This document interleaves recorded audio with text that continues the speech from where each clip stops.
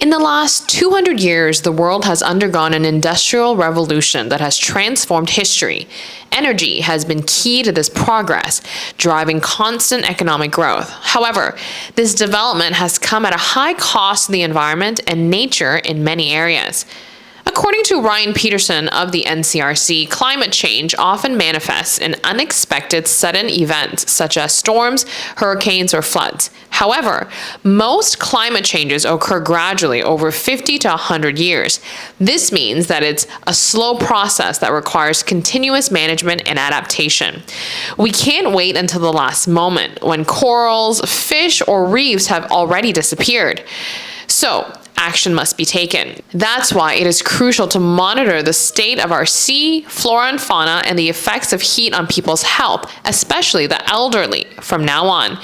These actions are necessary to mitigate and adapt to the changes that are already occurring and that are affecting Aruba. The longer we delay finding solutions, the more costly it will be, not only financially, but also in terms of quality of life and the prosperity of the island. It's a problem that, if not addressed in time, will become increasingly difficult to solve. Aruba, as a small Caribbean island, has seen environmental changes since the arrival of the Lago refinery in 1924. Today, with a population of 110,000 and an economy with a GDP of 6 billion florins, our natural environment has paid the price of development. The question for Aruba is, what is the solution to climate change? From the Department of Nature and Environment, Gisbert Boekhout says the main message is that as a community, we use fuels for many things. For transportation, to obtain food, for industry work, to operate air conditioners, and in other countries, for heating. The use of these fuels produces greenhouse gases, which are responsible for raising the planet's temperature.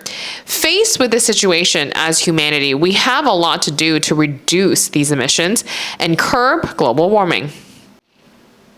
Wetlands are very important for the ecosystem, says Tisa Lasorte of Ahata, and in Aruba we also face the need to produce energy more sustainably, reducing dependence on fossil fuels. It is essential that Aruba invests more in renewable energies, but achieving this requires not only investment, but also a change in mindset and attitude. We must understand the magnitude of the problem and recognize that we all need to collaborate to find a solution. Natasha Silva is from the Aruba Conservation Foundation, and she explains that they are developing a 10-year plan that will serve as a conservation framework guided by their philosophy on how we should care for and work with nature. This plan includes specific priorities and nature-based solutions to address climate change, aiming to strengthen the resilience of our ecosystems. One of their main priorities is the restoration of mangroves. They know that these ecosystems not only protect our coast, but are also crucial for fishing. Additionally, ACF is working on coral restoration through a pilot project, and they plan to recover seagrasses.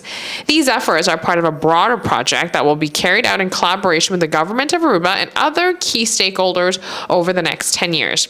Together, they want to restore and protect the island's salt flats, which are critical ecosystems.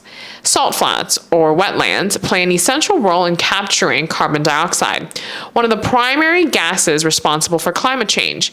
Restoring these ecosystems will help not only to support the biodiversity that depends on them, but also to protect our coast from rising sea levels, one of the consequences of climate change. In this way, we can strengthen the resilience of our community. It is important that we recognize that nature is a vital part of our lives. We depend on it, although we sometimes forget. With this plan, they seek to promote a more conscious and sustainable coexistence with Aruba's natural environment. One thing is certain, we need all parties to come together to work jointly and create a national plan. Minister of Nature Ursula Aden says, "We have a clear overview of all affected areas, and in response, the ministry is promoting the Western Wetlands Project. This project seeks to connect Aruba's 5 main wetlands, Bubali Plus, Salinia Palm Beach, Salinia Malmak, Salinia Cerca, and Salinia Druif. The idea is to interconnect these wetlands, particularly Bubali Plus and Salinia Palm Beach, which will receive water from the waste wastewater treatment plant. Once the plant is fully upgraded, it will produce high-quality water that meets international standards, allowing for the maintenance of these two wetlands as well as Salinia Droef. Thus, 3 of our wetlands will have a constant water supply, fostering biodiversity on the island. Additionally, we plan to connect Salinia Malmak and Salinia Cerca with the sea. For years, infrastructure development has prevented them from being connected to the ocean. By restoring this connection, mangroves will act as the first line of defense against rising sea levels, a crucial measure in preparing Aruba for climate change. To achieve this goal, we are collaborating with various partners in industry, the public and private sectors. Through the National Climate Resilience Council, which is the NCRC, we are implementing a climate preparedness model that involves the public and private sectors, NGOs, academics, and international partners. This will strengthen our response capacity and ensure that Aruba is prepared to face the challenges of climate change. Aruba is positioning itself as the second country in the world to introduce the right of nature as legislation. Currently, this initiative is in progress, and once it reaches Parliament, Aruba would become the second country to incorporate this right into its constitution. Moreover, Aruba would be the first country in the world to include within the concept of the right of nature the protection of marine life and the rights of the oceans.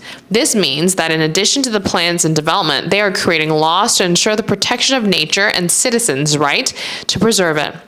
Like other countries worldwide, climate change requires us to create awareness and educate ourselves further on its effects.